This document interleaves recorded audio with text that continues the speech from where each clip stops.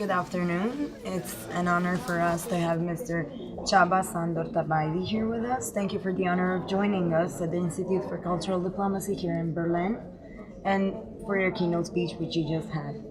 We would like to ask you 5 questions in order to hear your thoughts and opinions on some salient issues. So the first question would be, as a member of the European Parliament, can you see a change in how Hungary is perceived abroad since the country joined the European Union? I think so for every member states from the Central Europe, for Croatia, or for Hungary, for these countries, for Poland. All over our history we had a dream to belong to the western part of Europe. And it is a dream which we have been achieved. It's a very big thing, because I think so for Albanians there is a dream, and we hope so that Albania will join too the European Union in the next 10 years or next 10 years, I hope so. And really for us, it gives for us a more self-confidence, I think so, to our countries. On the other hand, it is a very good opportunity to show ourselves to the world, because we are together with our colleagues in the European Parliament, or the ministers together with other ministers, and even our common communication. It is a very good occasion in the corridor diplomacy after the negotiations to make use of the cultural diplomacy as a tool for convincing about our arguments or partners.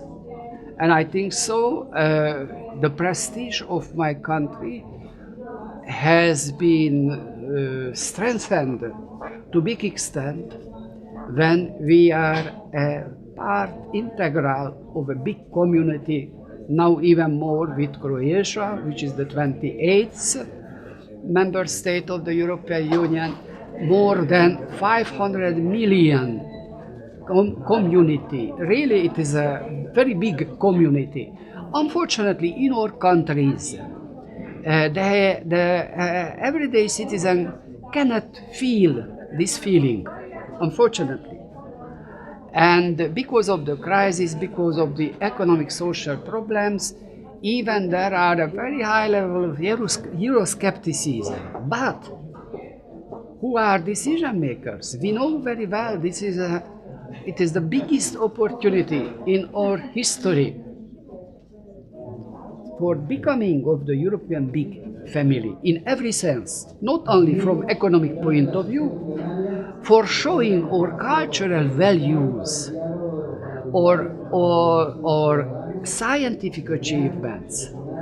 The European Union is the best framework, despite the fact that the cultural diplomacy is relatively weak on the community level, because mainly the member states are active, because the culture, it is mainly a national competence, not a community competence.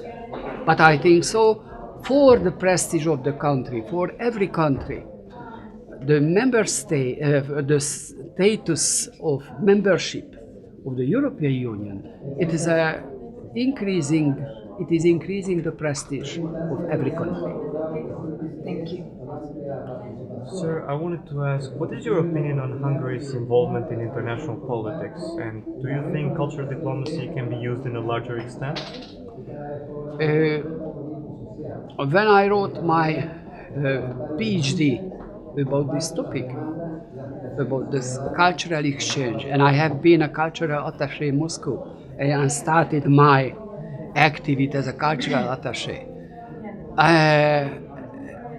Even 30 years ago, or even more, 40 years ago, it was clear that the cultural diplomacy mustn't be limited to the exchange of the object of the arts, exchange of exhibition, translation of literature. It is much larger. I think so. The tourism or cuisine, in a larger sense, even the sports, are very, very important tools of the cultural diplomacy in a larger sense. And I think so we even should make larger the sense of cultural diplomacy. Or exchange, what I mentioned, the Erasmus program, exchange of students. I think so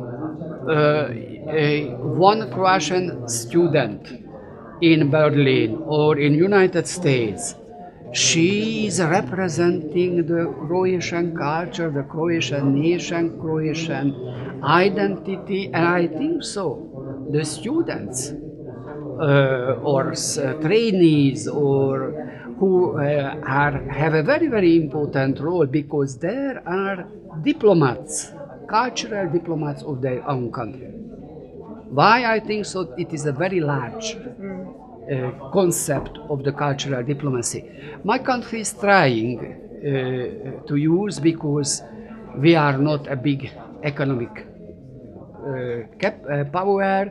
We don't have so influential as a medium-sized member state. There are 5 medium-sized member states in European Union, 10 million, more than 10 million in Greece, in Portugal, Czech Republic, Belgium, and Hungary. In the European Union, there are several categories. We are not so influential as Germany or even Poland. And for us, the soft power of cultural diplomacy is very important. And I am very glad that more and more Hungarian institutions have been established. For example, this week the Prime Minister, Mr. Viktor Orbán, inaugurated the Cultural Institute in Istanbul. We had, because of the Ottoman Empire, we know very well the Croatians and Albanians even more, but the Ottoman power was even longer than in the case of my country of Hungary.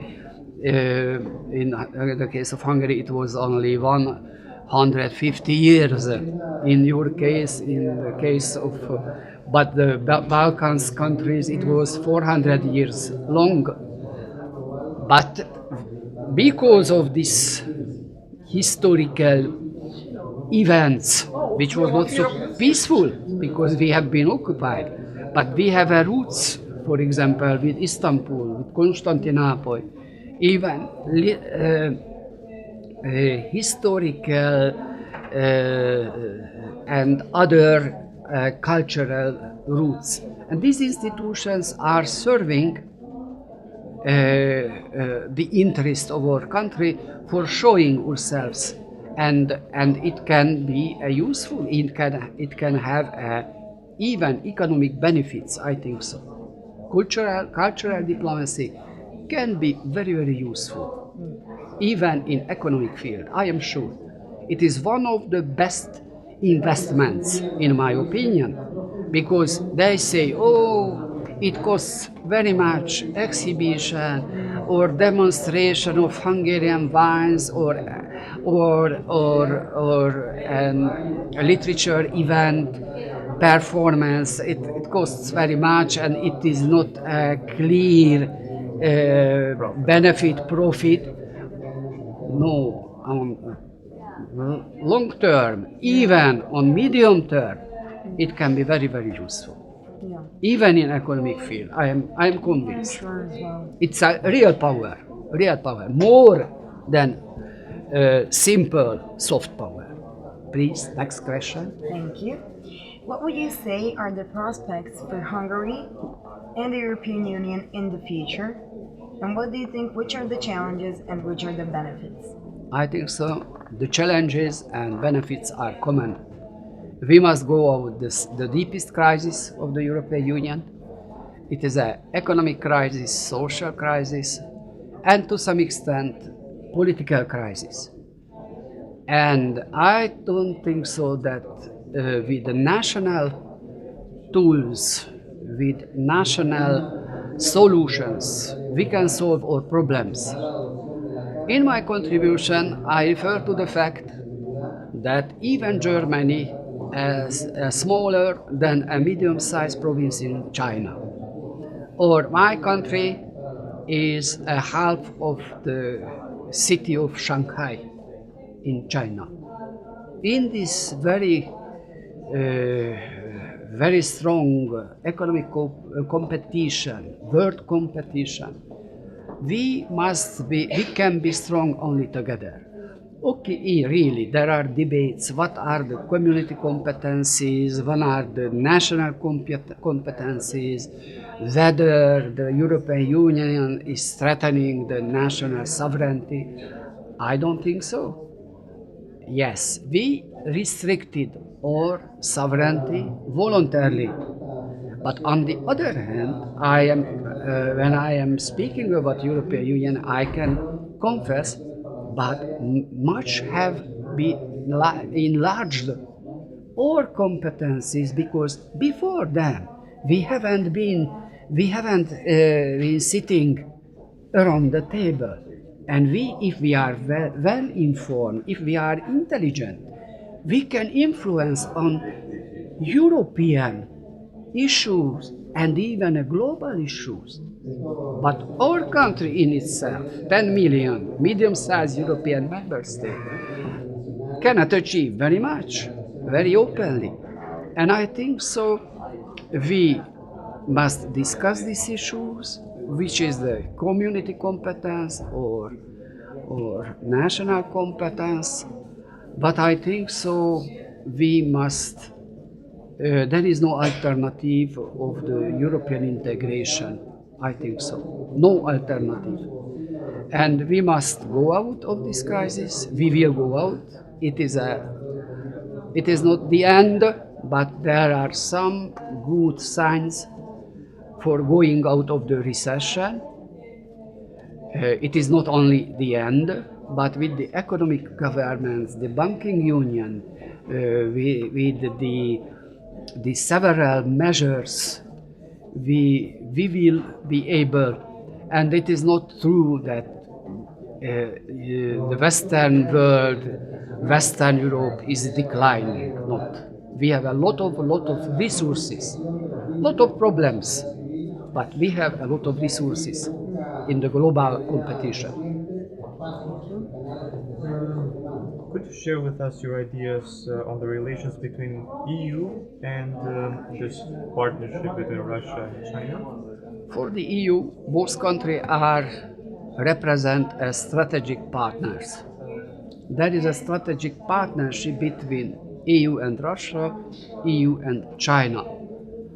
And in the multipolar world, when there is no one leading superpower, United States, it is very important for us, for Europeans, with a European country, because Russia is a mainly European country, Euro-Asian country, but we cannot imagine European culture without the Russian culture.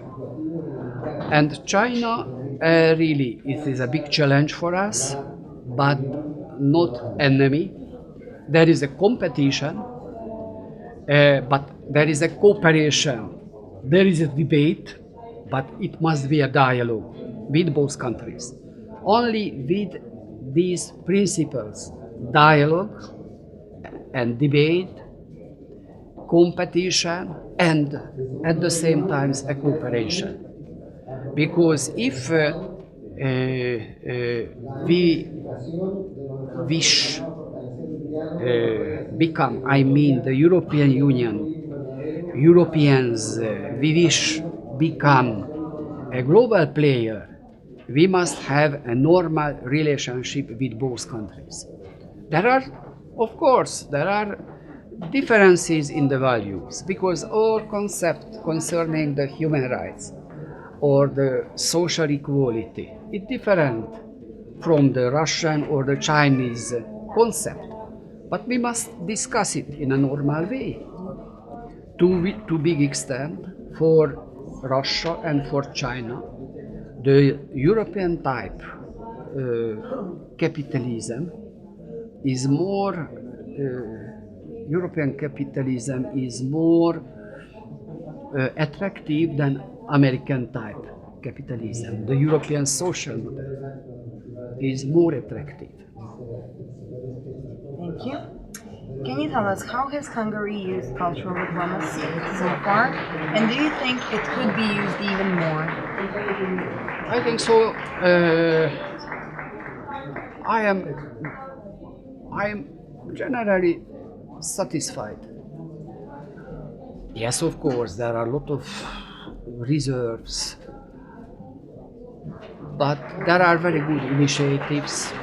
Last time, in the biggest museum of Europe, the most famous Musée d'Orsay in Paris, there is a very interesting exhibition of the arts, the painter of the beginning of the 20th century.